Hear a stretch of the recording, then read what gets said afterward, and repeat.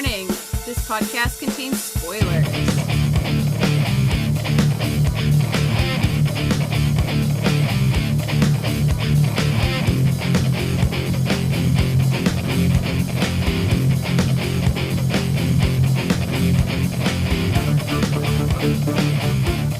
Hello everyone, and welcome to the As Seen on TV podcast for Star Wars Rebels Season 4, episodes, 10 through 13.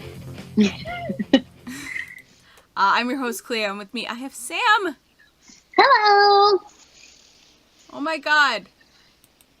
Yeah, it's a lot. It's just a lot. Yeah, it would have been a lot even if we were just talking about Jedi Knight and Doom. Exactly. I was going to say that too. I was like, that would have been a lot in of itself. It's like, oh my goodness. I wasn't ready for the show to come back and then for that to happen. But I knew something tragic had to happen. I didn't think it would happen that fast. So I was like, oh. Because it happened that first episode, the end of episode 10. Mm-hmm. And then, like, the credits. Yeah. And it was not the normal, like, Rebels jingle. It was just, like, sad. No. Sad not music. even that. No. The end credits for Black that, and white. there was no music. Oh, there was no whatsoever. Music? It was totally silent. And I was like, sitting there trying to process it, and I said, yeah, that's perfect for that. It was silent. I totally remember that. I was going, wow, oh my God.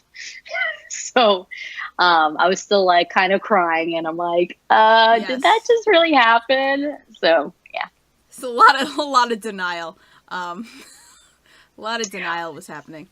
And I thought for a second, I was like, no, that couldn't have happened. They wouldn't have done that. Like, we didn't see Ahsoka die, but we didn't really see anything either. So it's like inconclusive. And I said, no, that was pretty conclusive. And then they kind of drill it in, which I don't know if it's in the next episode. So, but like where they're saying, like Governor Price says, oh, we got it. You know, we recorded it. So I'm like, okay, that's kind of that. Yeah. And you kind of knew with what Kaden was doing, but I was like, what? It still doesn't seem real to me. I'm like, what? Yeah. So, we'll just talk about these two episodes as if they were one. So each week we'll just split between the weeks. We'll talk about 10 and 11, and then we'll talk about 12 and 13. Sounds good. I can't even. Well, especially because it was like, what was it? 10 was like a lot of lead up, and you knew they had to do a thing. They had to get Hera back. Yeah. And that all went super fast. I think it's because what they usually do is they have an episode where they kind of ease you in, because that's more like what 12 and 13 did. Like that first one's a little, and then 13 you're going, what? But you know, just since we're talking about 10 and 11, 10 I thought was going to be a little slower, but it was like bam, bam, bam, and then the big thing happened at the end. You're like, what? Yeah. So, and it was just so many things, and I don't even remember half of like them. Like I was kind of in a blur of like them getting into the compound. They get in there, they rescue her. They're trying to torture her. I thought the mind probe. The torture was pretty. It was pretty bad. Yeah, it was pretty bad. We've seen them get tortured on the show before. Yeah. But Price was just like really sadistic about it, and just Yep, it was particularly nasty. She was like having fun with it. I was like, "Oh, you bitch!" Yeah, it's like, there's something wrong with your brain, lady. Yeah, no, totally. She's like, and it's like, you know, she was like really doing it. Oh, I'm not strong. expecting any answers. But I'm just having fun. It's like, oh, okay. I'm like, oh my God. So yeah, that was like, and I didn't expect any less than that, but that was kind of like hard to watch too. It was like, oh my God, it's like Hera. So yeah. And actually, you know what? The whole thing starts off with Kanan cutting his hair. Oh, that's right. That's the first thing that happens. Yeah. But it's very early on where it's this whole almost ritual style, almost like samurai style of cutting off his hair. And I mean, if that was not a giant red flag, I don't know what is. No, that was, you know what? And I I totally agree. I was like, oh crap. You know, he took off the visor, he cut his hair, he's like, you know, he's got a, you know, he shaved. Like, it's like really odd to see him without a beard because he's had one the entire show. So, and I like that you thought of, you know, samurai, you know, preparation for whatever, what have you. But I know Freddie Prinze Jr. has a real love for the fact that Jedi kind of emulate samurai in their like beliefs and like practices. Like, he's a huge nerd about it. So I thought that in itself is cool. Yeah. But yeah, I was like going, oh my God. I was like, this is probably not a good sign. And as soon as he cut his hair, as soon as he walked in with the new haircut, it's like, he looks like he did in the comics. When he was a child in the comics, that was the haircut. I was like, oh, stop. Don't do this to me. Yep. Well, he's finally, like, now come to full circle to his purpose. So, you know. Oh. Knowing what he has to do. Yeah. And Thrawn talks to Hera while she's being interrogated, tortured. Mm-hmm. With her, what was the thing called? The family heirloom? Oh, the Calicori? Calicori, yeah. Yeah. And it's not that I didn't appreciate that scene. It's just, he's not, like, it didn't give us anything new about Thrawn. Like, we already knew he tries to learn about the people that he conquers. Yeah. And defeats. Yeah. I didn't mind that just in the sense of, like, it was kind of a crushing thing at that moment because he's like, here, I have you, and I have this thing that means a lot to you, and it's, like, right in my hands. Your life is in my hands, and this is in my hands, too. So you are inconsequential to me, which I'm thinking, oh, my God, screw you. She'll get out of there. They'll save her. Yeah. But you're right. It didn't do anything significant. But I got to say, I feel like anytime he's in a scene, they make it worth their while. I know some people, you know, I think some people have like wanted them to make different use of him, but I feel like anytime he's there, it's nice and subtle, and I think that's how it should be for him as his character. Yeah. But I didn't mind that. It wasn't. You're right. It wasn't anything in particular, you know, particularly like groundbreaking, but that was fine in that moment because I feel like Price was supposed to be the really sadistic one in torturing her, and he's just like, okay, yeah, we have you, and you're not going to get out of this easily. So. Yeah. And I guess that it just kind of highlights what then Kanan does, which is steal it to give it back to Hera because he knows how much it means to her and her family.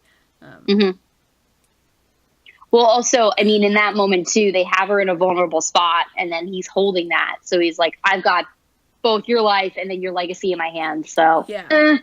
But in that moment, it like flips right around where they save her and they get that back, too. So it's like, you know, not another thing lost to Thrawn's clutches. So I thought that was good.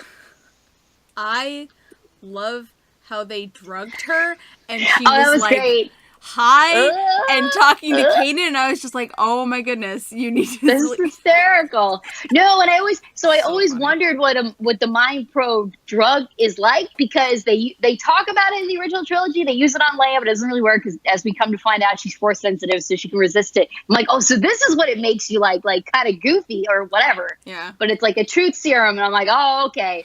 But yes, I was like, I shouldn't have been laughing. Because it was a very serious, like, I'm sure they wanted this on purpose, but I was like, I was like, cracked. I was like, oh my God, this is hysterical. But like, oh my God, they might die.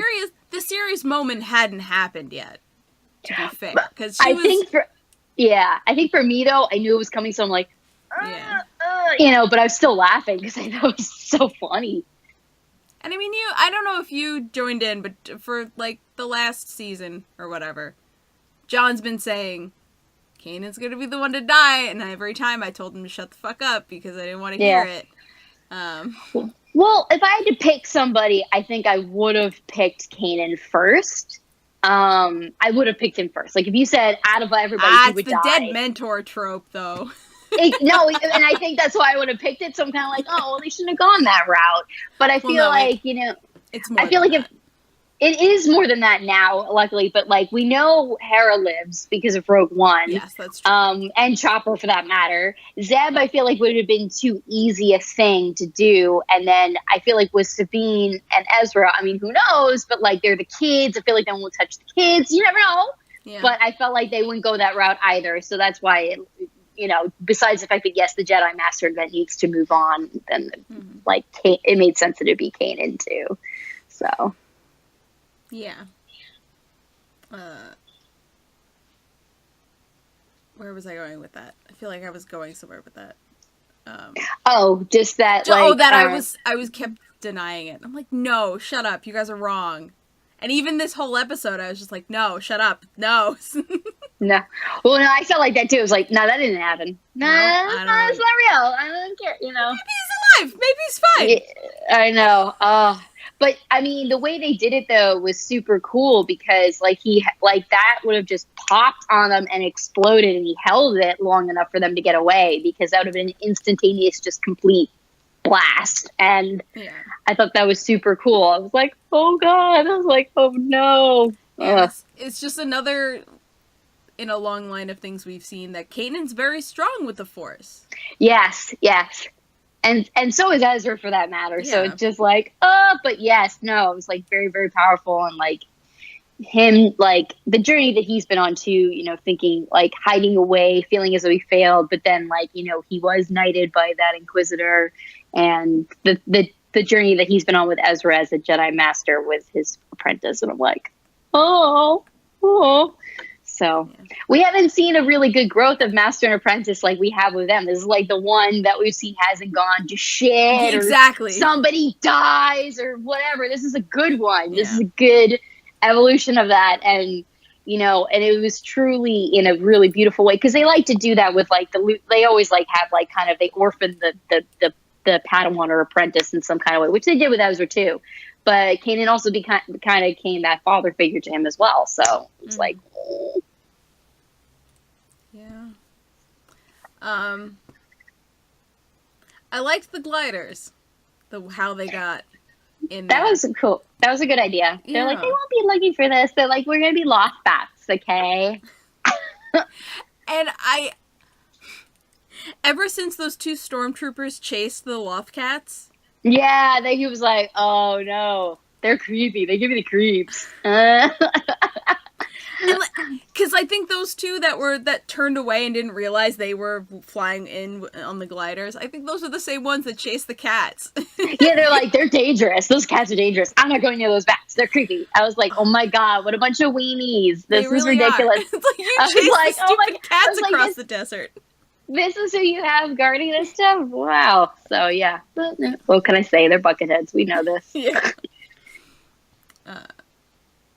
But that did make me laugh as well. I was like, I think those was the same two guys, and they got freaked out by the cats, just going, Row! So, yeah.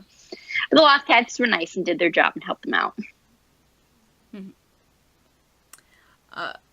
Thrawn has an interesting discussion with Tarkin. Oh, yes, I liked that. I mean, nice little tie in there. I was like, yeah. Yeah, where Tarkin talks about Director Krennic, and he said, and Stardust, which is the Death Star planning. Yep. So yeah, and that Thrawn's going to lose all of his funding if there's no progress with the TIE Defenders. And as soon as that conversation happened, John was just like, "Oh, so that's why there are no TIE Defenders in the future."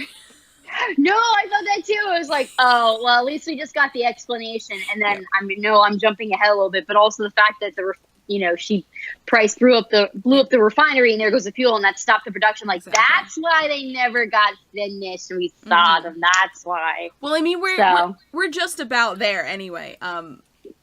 Yeah, she blows up the people she orders to blow it up. They're like, "Are you sure? That sounds stupid." And she's like, "Do it." Yeah, she's like, do it. I want to get the rebels. Yeah.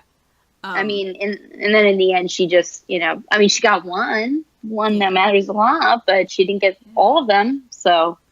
And I find Price at this point interesting just because she does this reckless thing.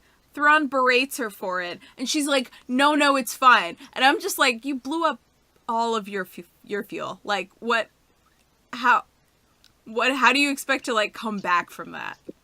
Yeah, well, I mean, and, like, he left it off. Well, first of all, I liked, again, that he's like, do you think I wouldn't figure out, like, what you did? Like, you know, because he was, like, trying to sweep it under the rug. And then, you know, he's like, I'll deal with you later. I'm like, well, you know, we probably won't ever see that. But I thought, yeah, it makes sense that he would not only know, but then, you know, she makes a reckless move. But she's still pretty high up there in the ranks. So I don't know what will become of her, if there will be a little bit more to come of that. You have because of what she did for the last time. No, I kind of feel like that, because she screwed up more than once. She has. And she ruined the production of the TIE Defenders, because they were already, like, again, with having Tarkin come in and discuss, like, okay, it's like you or Krennic, so whoever can finish their project first and, like, present it to the Emperor, let's see if we can get it done first, and then we'll fund that kind of thing. And then she blew up the refinery, and then they can't do that either. So I was like, well, that's probably not going to bode well for Price, because that was her fault. So yeah, I don't know. Yeah, I don't see any way that they're going to finish the project without fuel. Right. And we don't know that they had them. I mean, I would feel like for Thrawn, he'd be building them somewhere else, but I guess he wasn't. And they were there on Lothal for a reason. So I guess that's it. You know, I don't know. Well, it seems like them being on Lothal is, I'm going to mention the next couple episodes just because. Yeah. But it seems like it's two-pronged. So they're working on the TIE Defenders, that's the military shit. And then the Jedi Temple, which is, I guess, private sector you'd call it, because it's not a military operation. Yeah, and they say that. Yep. So, I'm not quite sure we know exactly what they're after, because if this was, you know, if Krennic had his hand in this, or even if Tarkin had his hand in it, they'd be after the Kyber crystals. But this is Thrawn. We don't know what he wants from the Jedi Temple. Yeah. Well, no, I got the impression that the Jedi Temple stuff is, like, again, non-military. I felt like that was a private thing, just that the Emperor had ordered, and that's it. I mean, I think maybe Thrawn is aware of it, because he has to be, because he's also stationed there. But as far as, like, what is going on there, I felt like that was very, very specific to orders directly from the Emperor, because of the significance of that Jedi Temple, which we find out is quite powerful, like, really powerful. Yeah. So, more powerful than any other Jedi Temple that we've seen so far. And, so I don't know that whether or not, I feel like, again, they're in the know for one reason or another, but they're not. I feel like that was something that they probably were trying to keep quiet because of the nature of what they were doing. And then the military side of it was Thrawn with the TIE Defenders. So, I know Thrawn doesn't have, that's the funny thing. He's all about the research and the knowing of the peoples, but he's not about the Force. He's like, doesn't get it, doesn't want to know it. And I'm like, well, he's, you know, like, so. I don't want to necessarily say he's a man of science, but it's the same kind of principle. It is almost. He can archive and prove and catalog. Yeah. You can't catalog the Force. No. Well, and then when they were taken down by the Bendu before, he's like, what is this? Like, what's happening? God, that was amazing. I forgot about that. Yeah, he's just like, what is this Jedi? What he's like, and I was like, yeah, you pissed off some, powerful creature of the Force. So yeah, that's what you're going to get. But he didn't really understand it. So yeah, which is, that's good. You need to have like a villain kind of like that, but it still makes him nonetheless scary. Yeah. Speaking of creatures that are one with the Force, Ezra gets visited by his Lothwolf friends again. Yeah. Oh my God. There's a new one that is 3 times the size of all the other ones. I know, and it's has huge. A symbol on its forehead, which I forgot. I wanted to look up the symbol. But it said, "I am Doom." Yeah, it can talk. I was like, what? What? Well, and we had the white Lothwolf. Yeah. Says words, sort of. Yeah. But you're right. He breathed words. This one can talk. It spoke. Yeah. It was huge, and it spoke, and it called itself Doom. Like, is that Kanan? Yeah, no, I was wondering the same thing too. I was like, come back. I was wondering that too. I was like, wait. And then Ezra does say, oh, this is what he said. So, like, and Ezra kind of says it too. Like, is that Kanan? Like, what's going on? So I thought that too. I was like, wait, what? No. So, well, I know I like the idea, again, of creatures of the Force. I think that's super cool. And, like, even the Loft Cats play their little role in that. But I like that direction they went, and they did that with the Bendu. But the Bendu was, like, literally a thing of, like, force nature. But with the wolves, but I also like it because I know Dave Filoni always had a huge thing for wolves and wanted them in there somehow. So he finally managed to get them in there. But yeah, I wondered the same thing because it is like 3 times the size. It can talk, and it keeps saying like Caleb's name. And I'm like, Caleb's or Kanan's name, but his true name, Caleb Doom. So I was like, oh. I did not realize that there was a symbol on his forehead. There was, and I forgot to look up. Forgot to look up what it was. Maybe I'll do it later. Actually, I'm looking at the synopsis for the episode Doom, which is episode 11, and I completely forgot that Sabine and Zeb go on their like revenge mission. Yeah. And they fight the assassin. Yeah, Rook, right? That's his name? Yeah. Rook? I think so, yeah. I thought that was going to get a little dark there when they attack him. Me and too. Sabine's like, no, wait. And then they just, like, paint him and, like, send him on his way. I was like, I thought they were going to, like, kill him or something. I mean, I guess that is a little bit on the dark, more dark side, and they don't want to sink to his level. But I was like, after what, the role he played in that, I was like, yeah, the hell with you, man. So, but I thought what they did was okay, too, and understandable. I was a little worried, too, because Zeb was being funny, though. He's like, it freaks me out. He's like, it saw me. I know it saw me. Oh, my God, it was really funny. Mm-hmm. Yeah, I love that she painted him. Like, that was great. Really funny. She was like, now can you see him? And it's like, yeah. She's like, give me a second. She's like, I think that's some of my best work. And I just sent him on his way on the speeder bike, I think, back. Mm-hmm. Yeah. But I can't remember beyond that. There was like a few other, because that was kind of like the slower episode to let you catch your breath. Yeah, I know, that was the Let's Mourn Kanan a little bit episode. Because Ezra goes off to have a cry in the desert. Hera and Chopper, which Chopper, like, held her hand. And I know, right after I was like, he did it more than once. He's like, yeah. Like when she's like this, like against the wall, he's like, right there. I was like, oh. I definitely, the worst part was seeing how just sad Hera was. Yeah. She's like, I thought I'd have more time. I thought blah, blah, blah. That's why I'm like, well, it's a good thing you did say I love you. Yeah. I was like, But you know what? I thought that was interesting, too, the way they played on that, because, I mean, for me, even though that was really great and we finally see them kiss and everything, I was like, for me, it was like, this was always implied between the two of them. And it was just, I don't know. It just felt like it was always the case. Yeah. And so, but it was even though it was important. Yeah, they never put into words, and I think it's important they put into words that at the end. So I think which that was something that was really just fucking sucks. Yeah, I know. I was like, screw you guys, you're gonna do this now? Like, ugh, and then rip him away. I was like, that's terrible. I was like, how could you? And then Hera's like sitting there like, oh God, I should have done this way sooner. I'm like, and she makes him a piece on her family totem, and and it looks like a little bit like him too, with like the hair, before he cut it off. And I was like, yeah. That's why I was like, this isn't real. No, this didn't happen. This just didn't happen. So, but I don't know. Is there anything else to this episode before we move on to the mind-boggling other episodes?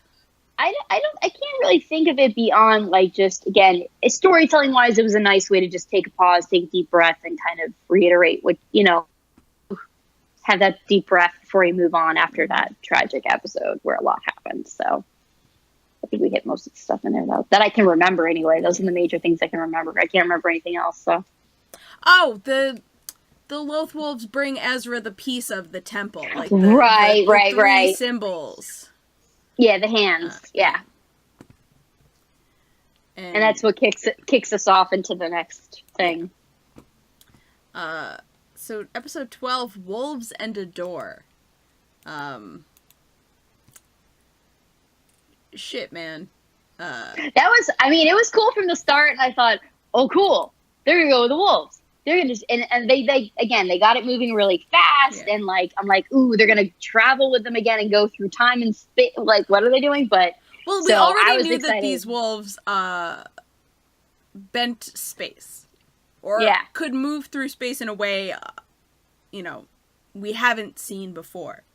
Mm-hmm. And as soon as they got on the backs of the wolves, and it's like, are they gonna run us all the way there? Are they faster than speeder bikes? And they start running, and I'm like, they're gonna go through the floor, aren't they? And they went through the floor, and I'm like, yep.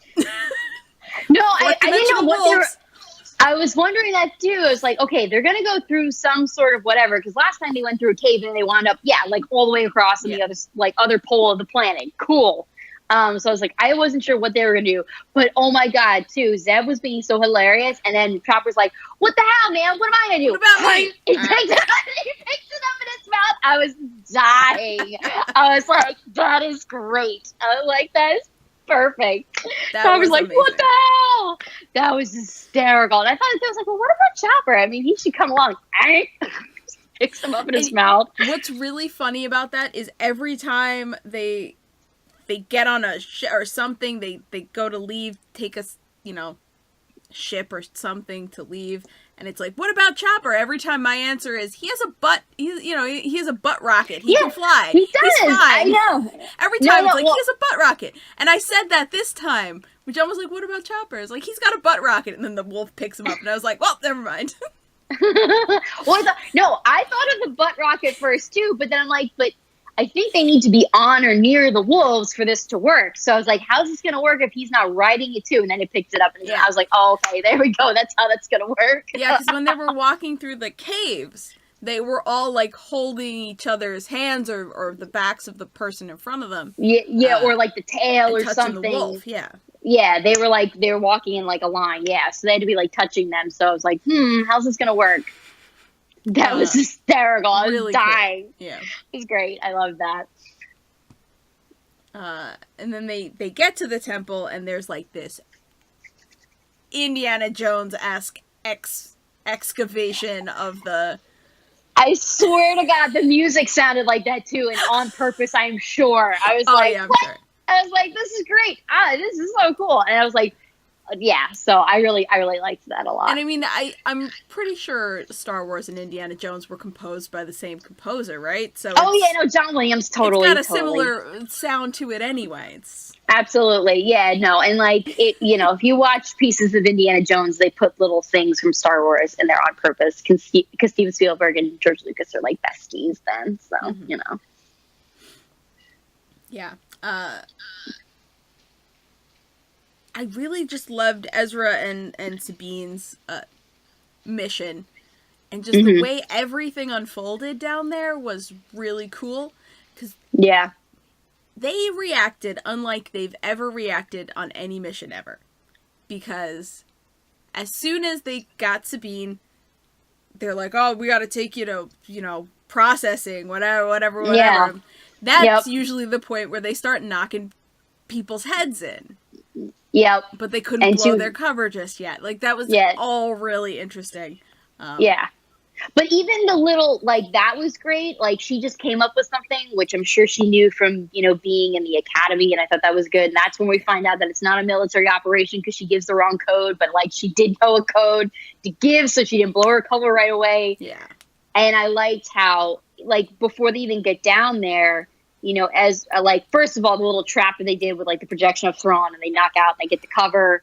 And then Ezra and Sabine are it has to be us, more or less. Sabine is an artist. She can kind of understand this. And, and I thought, yeah, that's right. She's the artist. She can depict, figure out what this stuff means, and Art has a meeting. I was like, yeah, that's smart. I was already on board for that. I was like, she's got to go with him because there's that you know. Yeah, there's and then that Ezra, artistic language that, I mean, yeah, she clearly figured that out. Yeah, in like 2 seconds, no less. But like also, and then Ezra has to go because him being able to open it with the Force. So, and then, you know, Hera's kind of like, oh, it's like very dangerous. And then they have the little kind of Force ghost of like Kanan right there, like being a presence beside her. And he's like, okay. And I'm like, ah. So not only was there that, and you could tell that she felt it, but then Zeb's like, you have to remember why we're here. And she's like, okay. Yeah. But I really liked her reluctance, too, because if I were her, she's just thinking, this is so dangerous. We just lost Kanan. Like, I can't have something dangerous happen to them as well. Yeah. That made sense. And then she's like, all right, but if I tell you to get out, you're going to get out when I say it. And they're like, okay, we will. That was the most mom thing, too. Yeah, but I like that they didn't fight her on it either. No. But I like they also didn't fight her on it either. Like, no, we know if you say it, we'll leave. So I was like, yes. And it was a so much mom thing, but I thought it was like such a good kid thing that to be like, nope. When she says we go, then we go. Yeah. If we have to.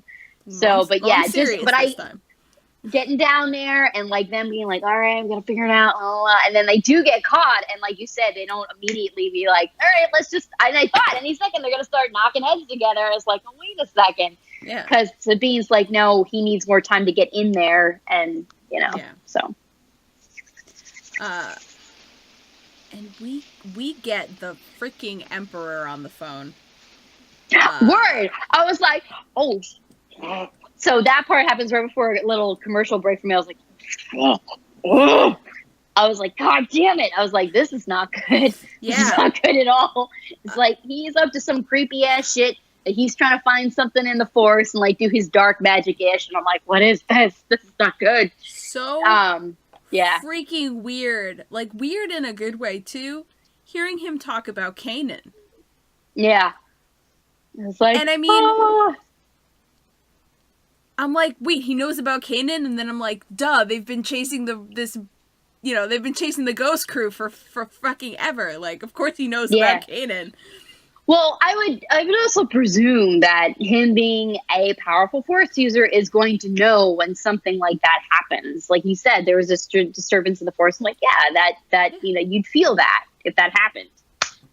Which it also makes me wonder. I mean, I guess Ezra really hasn't meditated. I'm wondering why we haven't heard from Yoda about this, because Yoda's got this connection to Kanan too. Mm-hmm. I'm sure he's felt his death. Yeah.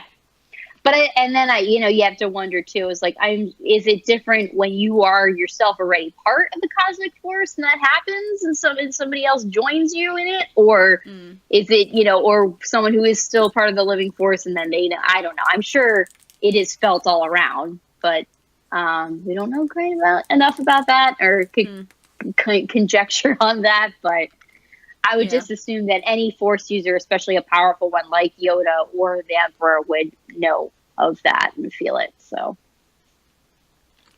yeah. But we see the painting.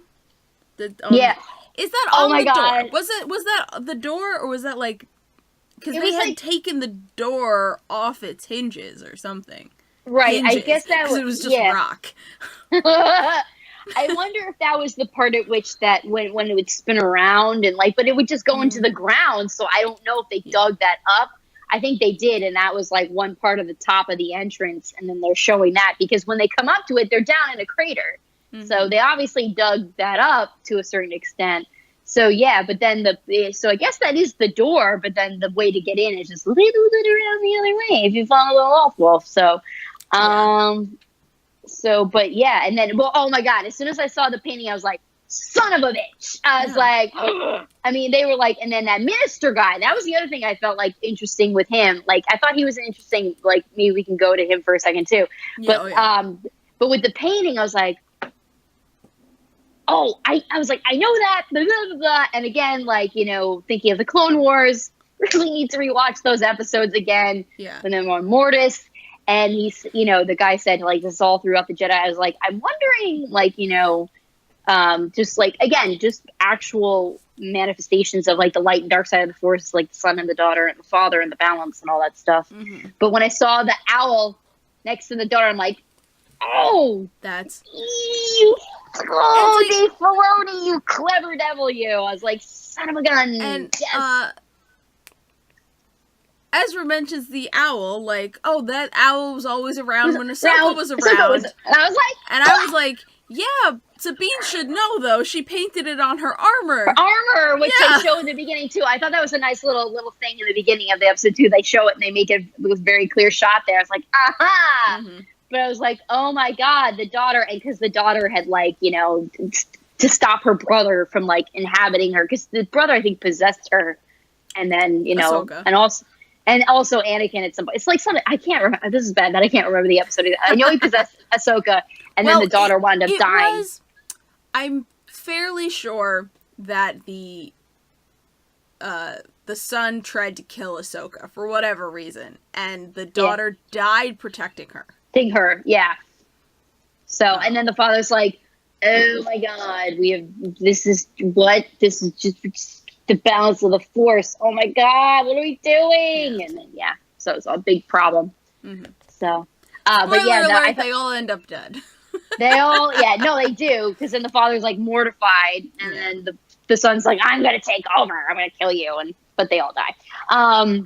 But I thought that was really cool. I was like, again, the painting, like, I was like, blew my mind with the owl and the daughter. So I was like, well, I know what that means.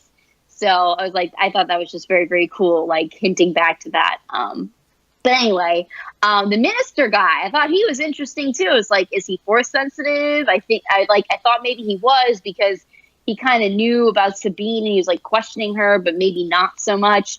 And I thought, you know, who is this guy? Is he gonna, like, are we ever gonna hear of him again? But it looks like, you know, he didn't make it out at the end of the episode, so I guess not. So no, that's fine. Definitely look he fell into the destroying of the temple, which is fine. He served his purpose for this episode, which was kind of cool. But anyway, going back to, like, you know, when they saw the painting that it opens, you know. Time travel. Oh my God! So I mean. Well, first of all, I was like holding my breath because he just follows and follows me. I thought that was some great animation, the way they did that, of the painting, the way it moves. Mm-hmm. And then the wolves, and Ezra following them in at the last minute, I was like, Ezra, jump in, just jump in. And sure enough, he jumps in, and of course the stormtroopers can't follow him because they can't use the Force. They can't, it's like not how the Force works. So, that's not how the Force works. Oh my God, that's still my favorite thing ever. Love that line. It's so good because this is who it's coming from. That's what makes it so good. Oh my God. So, and then he falls in, and then I'm like, wait, where the hell are we? What is this? And that place, whoa, very powerful, very scary. No wonder the Emperor was interested in it. And I mean, sorry, I feel like I'm talking too much, but like, that's okay. No, go ahead. It is silent when Ezra first enters, but you hear all this whispering, and you can barely make out, but they're recognizable lines. Yeah. Alec Guinness. Yep. As Obi-Wan. Yep. Yeah. Rey is in there. Yeah, she's like, I'm pretty sure I heard Qui-Gon, but I wasn't quite sure. The only person who I couldn't.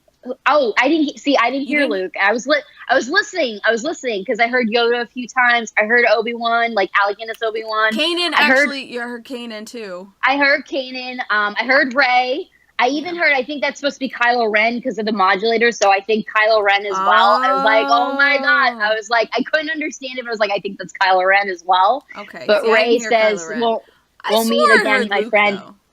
Oh, okay. I was like, oh my God. I remember what line it was, though. Yeah, no, I was trying to, like, listen really hard. We heard Leia, help me, Obi-Wan, you're my only hope. Right. I was like, we heard Maz. Yeah, she's like, what the falling you seek is not behind you, it lies ahead. Yes. Rey says, we'll meet, we'll see again and see each other again, my friend. That's when she's saying goodbye to Finn. I could not make out what Kylo Ren is saying, but I know that was him as well. Mm-hmm. And then we hear like we hear like Alec Guinness, like A New Hope, Obi-Wan as well. And I was like, oh my goodness, there's so many things. And then of course Yoda, luminous beings are we, not discurred matter, as well. All that stuff. But I was like, what is this place? And just what is like this? Pathways and gates and time travel. Oh, I was like, time travel. I know. And then we come upon Pet One portal that just happened to have a familiar someone in there.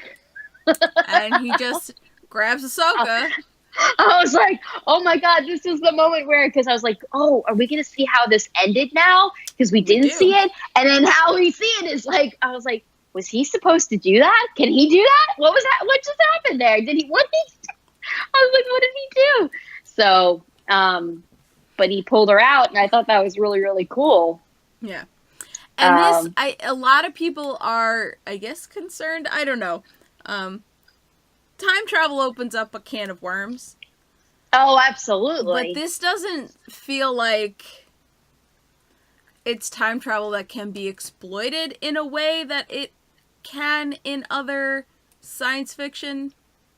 Well, yeah, I think if you get, because the whole thing, I feel like, if you go down or compare it to like Star Trek is really rooted in the science fictionness of it, in like how they're able to do this with technology. Star Wars is more about the mythology of it and more like a fantasy kind of thing. We've never seen it before, but I think this might probably be the only time we ever see this, unless they decide to take it into the actual movies, which I don't know that they will because of the implications it has. Yeah. And because time travel is tricky, you don't want to play with it too much because it gets too rooted in, again, more like compound science fiction, if that makes sense, but not the not mythological, which is more what Star Wars is like. Mm-hmm. So, but I felt like the way they handled this was really good, because there's just like this expanse of the cosmos that we see and these different things we could see. And there has always been the cosmic will of the Force. So who's to say that we couldn't see different timelines of that happening? There's no reason why.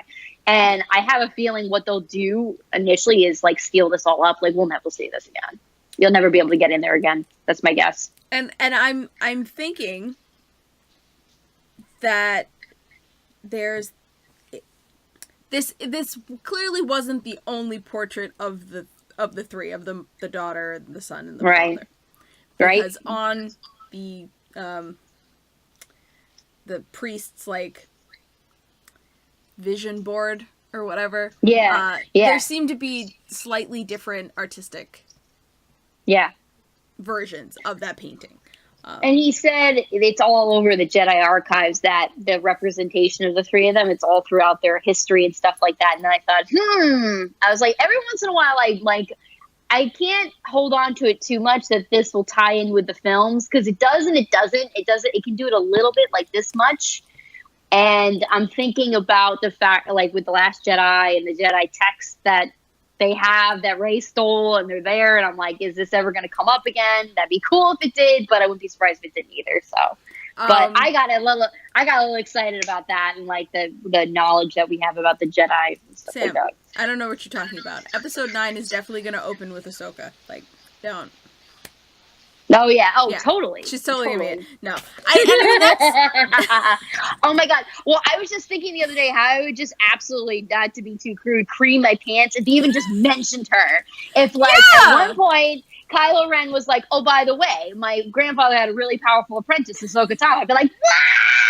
I would even just a mention of her in the film, I'd be like, I'm done, and I'm happy, and I'm dead, I'm done. Yeah, listen, I want them in the movies. Just to mention. I want them in the movies. Well, I mean, for a while there now, and like getting a little off track, I was like really hoping that like Benicio del Toro's character was like Ezra, so, but that's okay. I was kind of hoping that. Yeah. He actually might have been that almost worked out to the right age. Yeah. Yep. Mm-hmm. So, but anyway. Back to the little cosmos bubble, time bubble. Yeah, and, he plucks Ahsoka out, and you just have to wonder whether did he change something, or did the Force want him to do that because it was always meant to happen? Well, I thought that too. I was like, did he just like, could he do that? Can he do that? Did he just screw something up? But and I thought, never. Yeah, I was like, that was probably, again, as time is meant to happen, that would have happened then as well, because it always was meant to happen. Yeah. So, and I mean, we see at the end of season 2, Ahsoka going through the triangle door. Exactly. Which we find when she goes back through her portal, she does go through the door. So. Yep.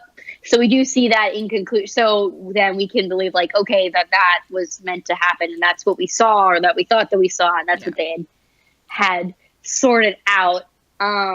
It was kind of, but she even knew too. She's like, I can't leave this place. Like, she knew she couldn't go far, and that she probably wasn't meant to have been removed from where she was at that moment. Yeah.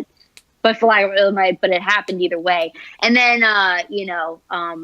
the stuff with, like, then, he's running around trying to find Kanan. I'm going, oh no.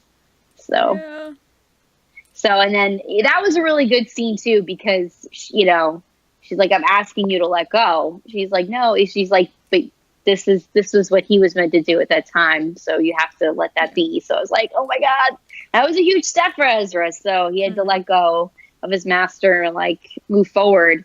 Which is something Ahsoka just did, having to take up arms against Anakin in order to save Ezra and Kanan. Yeah. So she says that too. She's like, I couldn't save my master, and you can't either.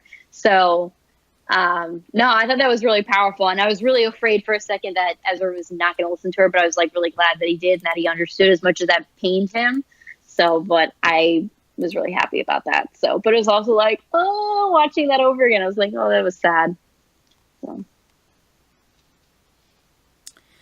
Yeah. And let's talk about the Emperor again, because he peeked his little head through one of those portals. That was terrifying. I was like, oh my God. Oh my God. And that kind of creepy shit he was doing, they show him briefly doing that once on, like, Clone Wars, where he's like, and this is where they, like, I don't think ever got into it in, like, the movie, but they meant to, with the mythology of the Sith and the kind of crap they were trying to do, where they were really messing with a lot of, like, things you shouldn't be messing with, kind of deal. Is that almost what he was doing with it looked like a fucking cauldron. No, it did, yeah. It reminded me of the sisterhood, what the witches. Yeah, like Mother Townsend and all that. Yeah. Yep, me too. So, yeah. Definitely, and I think they have to be careful about straying too far into it, making it seem more like magic than the science fiction part of it. So here's the other side of where they got to be toting that line a little bit, I think. So, have we ever seen that fire before? Because no, I mean, I swear somewhere in an episode of the Clone Wars, he is doing that, like, over a cauldron at some point. He's doing some creepy shit.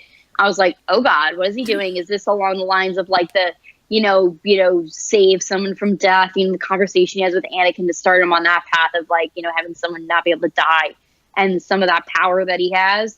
But, like, it reminded you of, like, his, like, Force lightning. I'm going, oh my God, so yeah. And then also the fact that it was the same color as the Force lightning. Yeah, and it chases them, and he was just like, but also just the fact that he was, like, almost looking for them. He's like Ahsoka Tano and Ezra Bridger, and he's, like, really happy.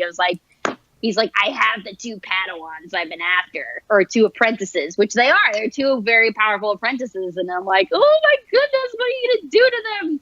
Leave them alone. Yeah, because he's looking through this portal at the bending of time, the power that he clearly wants. Yeah. But instead of stepping through himself, he tries to drag Ezra through. So, what's he after? I guess because Ezra was able to get through the portal, maybe he can't do it because he's a Sith and he does not use the light side of the Force? Maybe. That is a great question. Maybe it only allows for light side Force users. That'd be a great... No, that makes total sense to me. And also, like, why... Because then, it stands to reason. Why are we going to the trouble of picking apart, trying to find the portal or the opening to this temple, if not, if you can get through that portal on your own and like scare the shit out of them, then why aren't you there physically doing it yourself? You know, why are you digging this up? What do you need to know about it? If you have another way of coming in here, then why do you need to know about it? So yeah. I don't know. It's a trap. This kind of adds to my like theory that Palpatine is actually just hella lazy and would rather just watch all the pieces fall into place than actually do anything about it. I mean, that's kind of how the whole thing of the prequels went. That's literally the whole thing. He's just like, I'm going to just let all this fall apart, and I'm going to be the one to do it. Yeah, and the only thing he actively does is talk to Anakin, and that even doesn't take that much effort, you know? It doesn't take that much, and then he's like, all right, great. I got the more powerful as an apprentice. I'm good. Let's do this. Like, okay, great. I am the Senate. Yeah. I am the Senate. Do it. Do it. No. Unlimited power. Sorry. Go on. I know. Oh my God, it could go on and on. You know what? I do like the Emperor. I always have. It's always been fun times with him. So I'm not going to say anything bad about that. Mm-hmm. What else is there to talk about?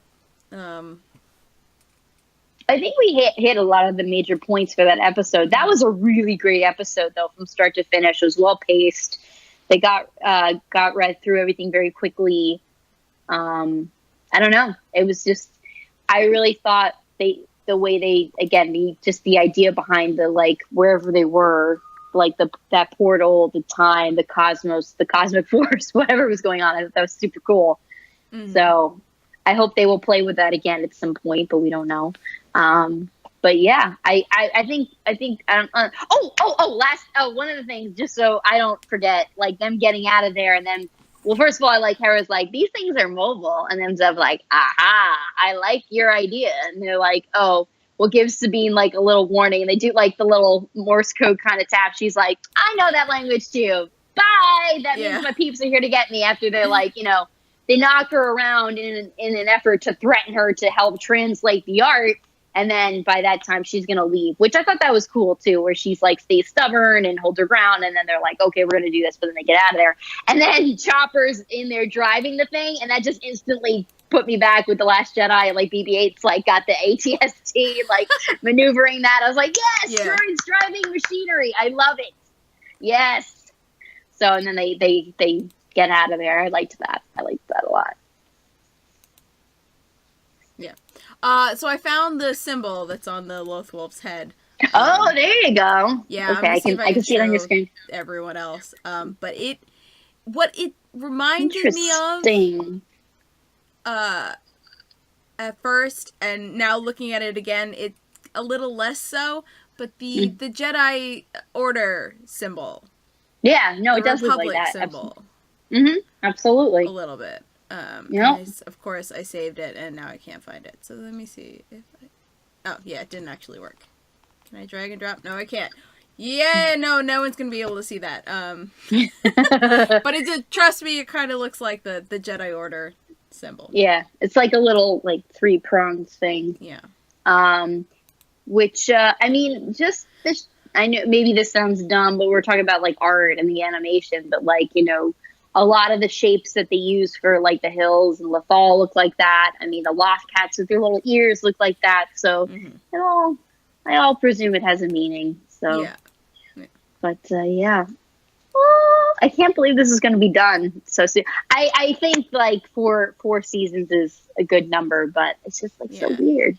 It's so strange. And this season has really thrived with double episodes.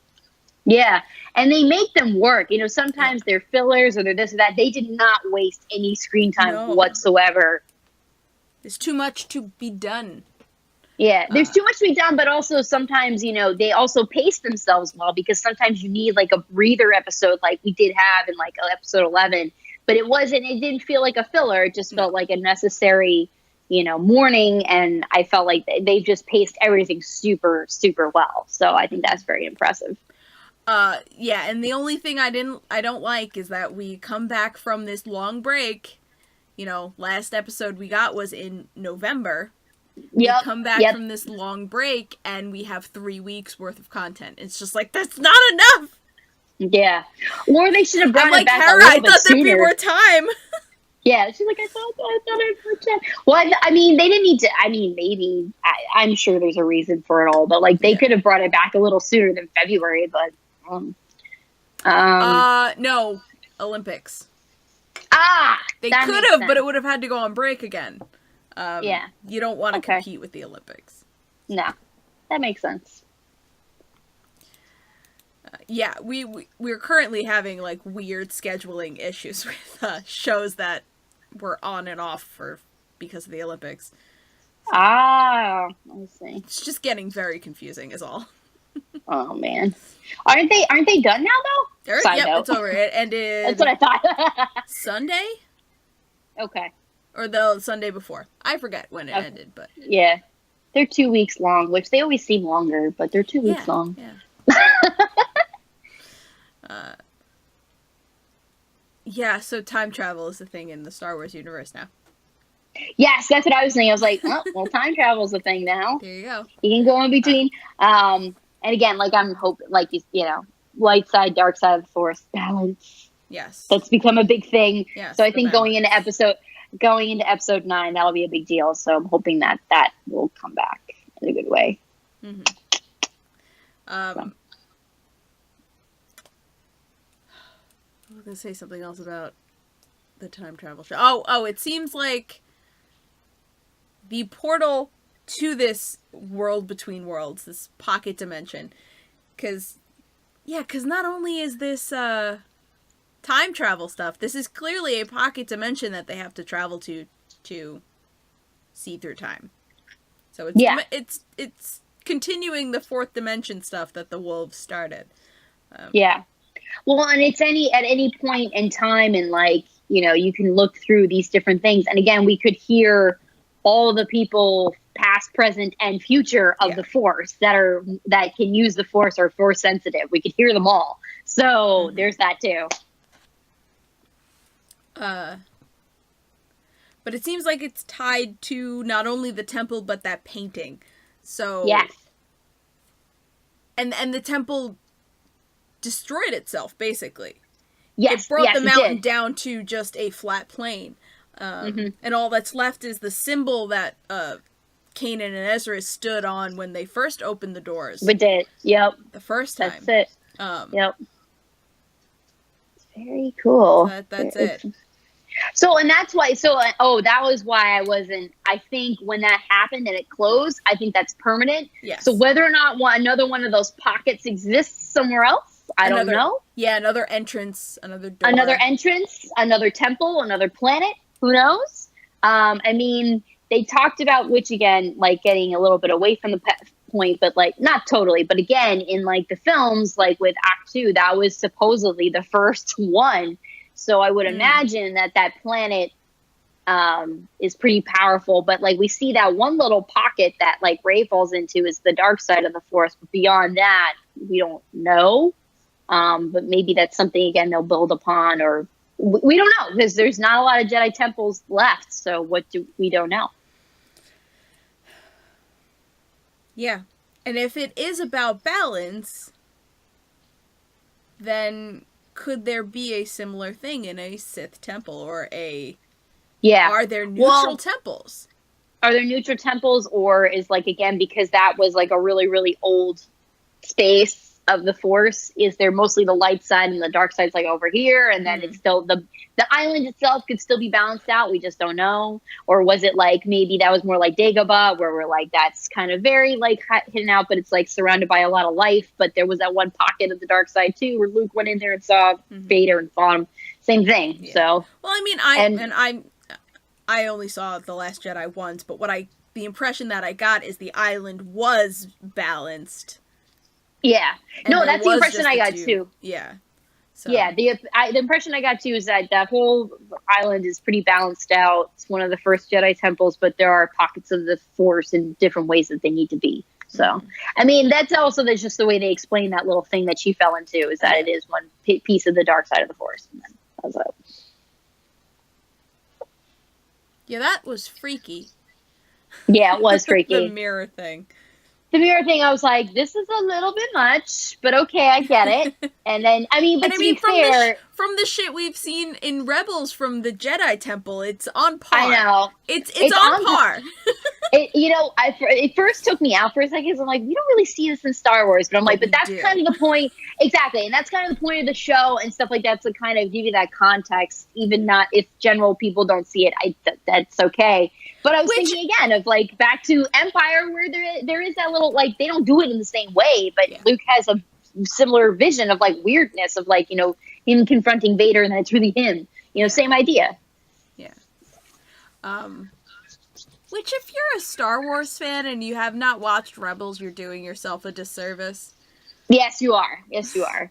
Like, well, actually, and like for me, I'm always like, you should watch Clone Wars first because it'll be even better if you watch Rebels, but like Clone Wars, some of it can really drag in certain parts. Honestly, it's a lot of seasons. So I did binge it. It is a lot, and there's a lot that doesn't. I don't want to say it doesn't matter, but it doesn't matter.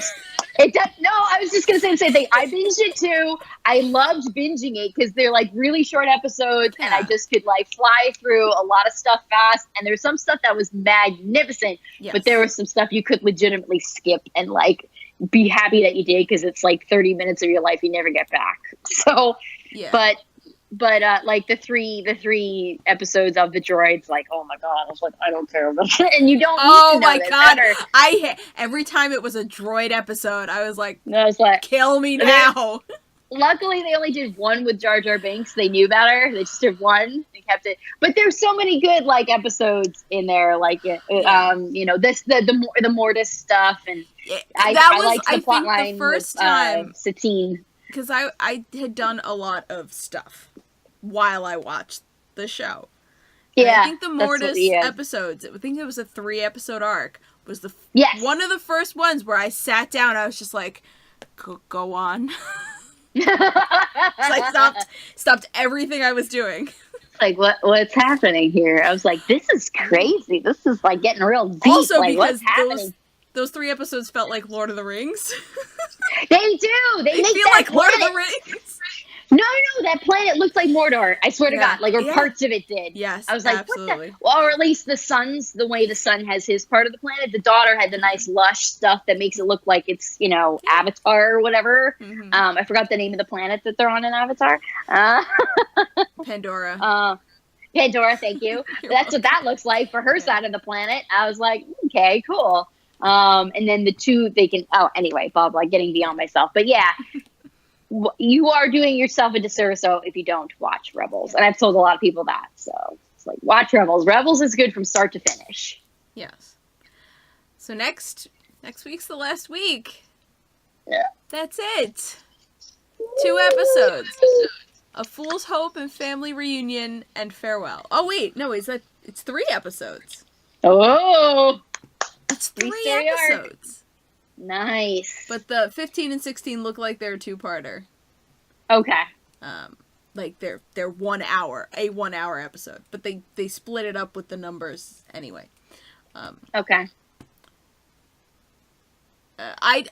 Okay. We always read the synopsis. I don't want to. Okay. Are you okay with that, Sam, or should I read the synopsis? Oh, it's up to you. Okay. I am curious to go read it myself because I've seen the trailer, and the trailer doesn't really seem to give away a lot, which is a good thing because sometimes they do give away a lot. Yeah. So I would like to read it, but you don't have to read it if you don't want to. That's fine. I'm gonna go in blind. If anyone wants to go look it up, it's on the wiki. Like, just, you know, it's there. But I want to know as little as possible before I sit down and cry for 2 hours or however long these 3 episodes are gonna be. I know. I'm like, what? Yeah, no. I just consistently cried after, Kaden was killed. It was like, honestly, it wasn't until we watched Rebels Recon and they showed like how Freddy Prince Jr. reacted to knowing that he was about to record Kanan's death. That it's just all came out. I was like, oh my god. I should watch that. He's been such a cute nerd, such a nerd about it. He feels very strongly about it. He's done great stuff. I remember when I first found out that was him doing the voice. I was like, what? Yeah. What? I didn't believe it. I was like, no, it's not him. And he's such a Star Wars nerd too. He is such a Star Wars nerd because I've seen him talk about it in other stuff. He's such a nerd about it. It's the cutest thing ever. I've seen him talk about it and like how he likes, having to play off of Taylor, who plays Ezra. And he feels like he's trying to teach him certain stuff. Like they really kind of have that rapport going, like the same as Kanan and Ezra. And I'm like, oh god, this is too much. So it's good. Yeah. So that's our show, guys. Sam, where can the people find you? You can find me on Instagram and Twitter as Leia. You can find me at Cleomoto on Twitter, Twitch, and Pinterest, and go to Cleomoto on Etsy. It's live. You can buy my stuff if you want. Crowns. Yeah. I have none in reach, but they exist. And you can find all of us. They do exist. Yeah. You can find all of us at ASO TV Podcast on Facebook, Twitter, Gmail, Google+. Right here on Twitch and YouTube. Follow us for some more podcasts from some of your favorite TV shows, video games, and we don't do video games anymore. Who am I kidding? But bye, guys. Until next time.